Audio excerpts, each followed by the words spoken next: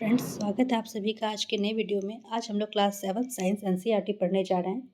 इससे पहले हम लोग ने क्लास 6 एनसीईआरटी साइंस कंप्लीट कर लिया है। अगर आपने वह वीडियो नहीं देखा है तो जाकर प्लेलिस्ट में देख लेंगे।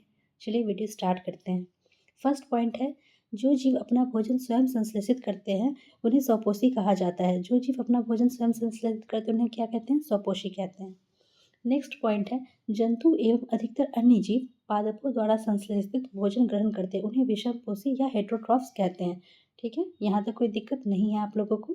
अन्य जीव या पादपों द्वारा संश्लेषित भोजन ग्रहण करने वाले जीव क्या कहलाते हैं? विषमपोषी कहलाते हैं। पौधों की खाद्य फैक्ट्री क्या है? तो यह है पत्तियां। पौधों की खाद्य फैक्ट्री क्या है? पत्तियां। कोशिका एक पतली बाह्य संरचना द्वारा घिरी होती है जिसे क्या कहते हैं? कोशिका झिल्ली कहते हैं।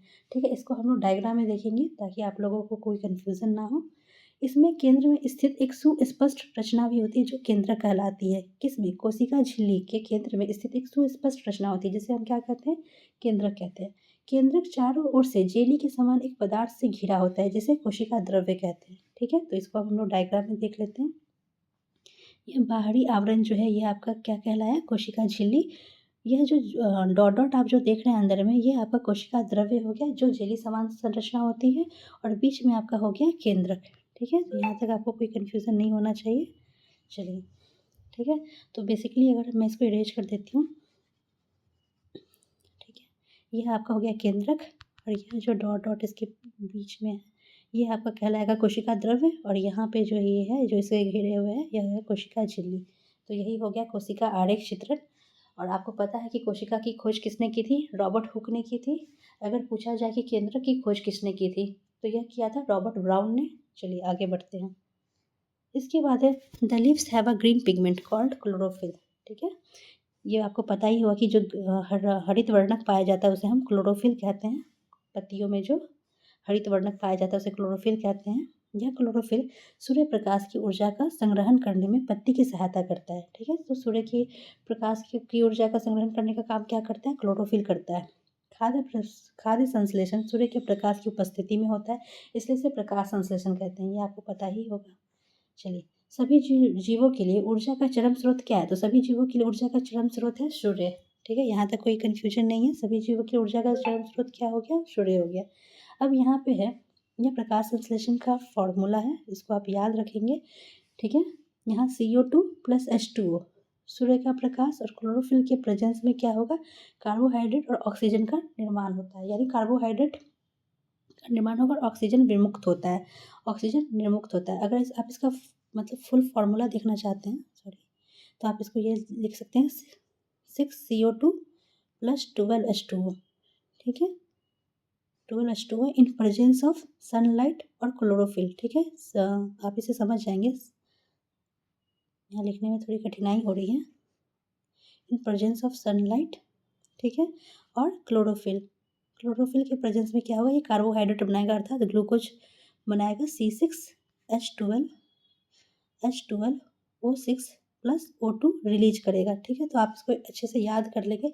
पिछली वीडियो में भी हमने यह डिस्कस किया था, तो आप यहाँ कहीं कंफ्यूज नहीं होंगे। ठीक है, यहाँ मैंने लिखा था अमोनिया का फॉर्मूला क्या होता है? NH3 होता है। बस मैंने ऐसे ही लिख दिया था, तो आप इसको याद रख लेंगे। कार्बोहाइड्रेट अंततः पत्तियों में मंड या स्टार्च के रूप में संचित हो जाता है। कार्बोहाइड्रेट अंततः पत्तियों में किस रूप में संचित होता है? ये होता है मंड के रूप में। चलिए, स्टार्च या मंड है एक प्रकार का कार्बोहाइड्रेट। ठीक है, यहाँ तक कोई दिक्कत आपको नहीं है। स्टार्च क्या है? एक प्रकार का कार्बोहाइड्रेट है। पत्ती में स्टार्च की उपस्थिति सूचक है। तो पत्ती में जो स्टार्च की उपस्थिति है वह सूचक है कि प्रकाश संश्लेषण प्रक्रिया के संपन्न होने का, यानी प्रकाश संश्लेषण फोटोसिंथेसिस की प्रक्रिया जो है वो पूर्ण हो गई है। ठीक है, ये अगला प्रश्न है कि शैवाल का हरा रंग क्यों होता है? शैवाल का रंग हरा क्यों होता है? तो शैवाल का रंग हरा इसलिए होता है क्योंकि उसमें क्लोरोफिल प्रेजेंट होता है। ठीक है, चलिए, शैवाल अपना भोजन किस प्रकार बनाते हैं? तो शैवाल अपना भोजन बनाते हैं प्रकाश संश्लेषण के द्वारा। शैवाल अपना भोजन किस प्रकार बनाते हैं? प्रकाश संश्लेषण के द्वारा। कार्बोहाइड्रेट का निर्माण कार्बन, हाइड्रोजन और ऑक्सीजन के द्वारा। ठीक है, प्रोटीन का निर्माण कैसे होता है? आप इसको याद रखेंगे क्योंकि इसमें हर एक पॉइंट NCERT का है। मैंने अन्यत्र से नहीं लिया है, तो आप इसको अवॉइड नहीं करेंगे। प्रोटीन का निर्माण होता है कार्बन, हाइड्रोजन, ऑक्सीजन, जो कि कार्बोहाइड्रेट में भी होता है। बस एक एक्स्ट्रा इसमें आप प्रोटीन में नाइट्रोजन याद रखेंगे। ठीक है, चलिए, इसके बाद जब हम एनसीईआरटी कवर कर लेंगे तो हम साइंस का क्वेश्चन भी आप लोगों के सामने लाएंगे, ताकि आप लोगों का कॉन्फिडेंस रेज हो। अगर आप लोग ये वीडियो देखते हैं तो आप कमेंट में ज़रूर बताएंगे कि आपको वीडियो कैसा लगा, तो फिर हम एनसीईआरटी के अन्य टॉपिक के भी नोट्स आप लोगों के सामने लाएंगे। ठीक है, चलिए अगला प्रश्न है, किसान अपने खेतों में उर्वरक तथा खाद डालते हैं, इसमें प्रचुरता होती है नाइट्रोजन की। ठीक है, इसमें क्या प्रचुरता होती है? नाइट्रोजन की। विषमपोषी पादप, अब विषमपोषी पादप हमने इससे पहले पढ़ा है, इसका एक्सप्लेनेशन पढ़ेंगे। विषमपोषी पादप मनुष्य तथा अन्य प्राणियों की भांति ही कुछ ऐसे पौधे होते हैं जो अपने पोषण के लिए अन्य पादपों द्वारा निर्मित खाद्य पर निर्भर रहते हैं, क्योंकि इनमें क्लोरोफिल नहीं होता है, जिस कारण प्रकाश संश्लेषण भी नहीं हो पाता। ये पादप विषमपोषी कहलाते हैं। अर्थात वैसे पौधे जो अपना पोषण खुद पूरा नहीं कर पाते, वह दूसरे प्लांट पर निर्भर होते हैं। ठीक है, और ये निर्भरता उनमें किस लिए होती है? क्योंकि उनमें क्लोरोफिल प्रेजेंस नहीं होता है, और इस कारण जब क्लोरोफिल प्रेजेंट नहीं होगा तो फोटोसिंथेसिस की भी प्रक्रिया नहीं हो पाई, इसलिए ये पादप विषमपोषी कहलाते हैं। अब ये एग्जाम्पल एकदम आप याद रखेंगे, अमड़ बेल।